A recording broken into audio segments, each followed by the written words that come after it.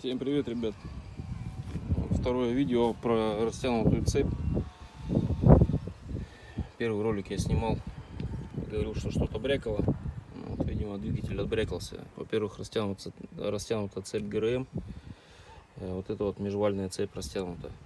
Как я уже в предыдущем видео говорил, вот эта вот цепь у меня поменена, она новая.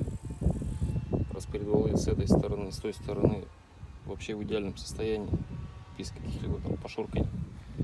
Снизу сейчас покажу цепь масляного насоса. Скинул поддон. Цепь масляного насоса. Вот такая вот. Тоже растянута. То есть 3 цепи оставшиеся нужно не заменить. Когда снял поддон, слил масло. Вот такая картина. Как вы видите.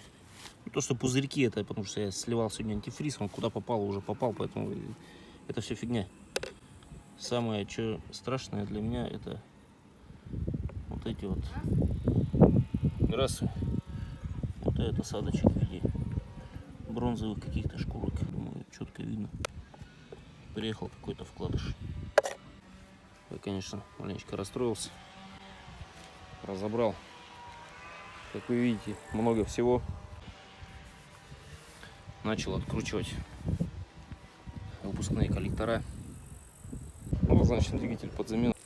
Вот один ролик только загудел. И сейчас покажу. И гудит подшипник. Я думаю, слышно. В принципе, тут уже никакой роли не играет. Движка все приехала. Наверное, выставлю на продажу машину. Или поменяю двигатель.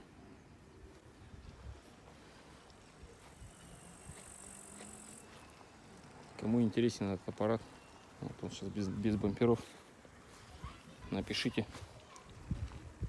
Может быть, что-нибудь подумаем.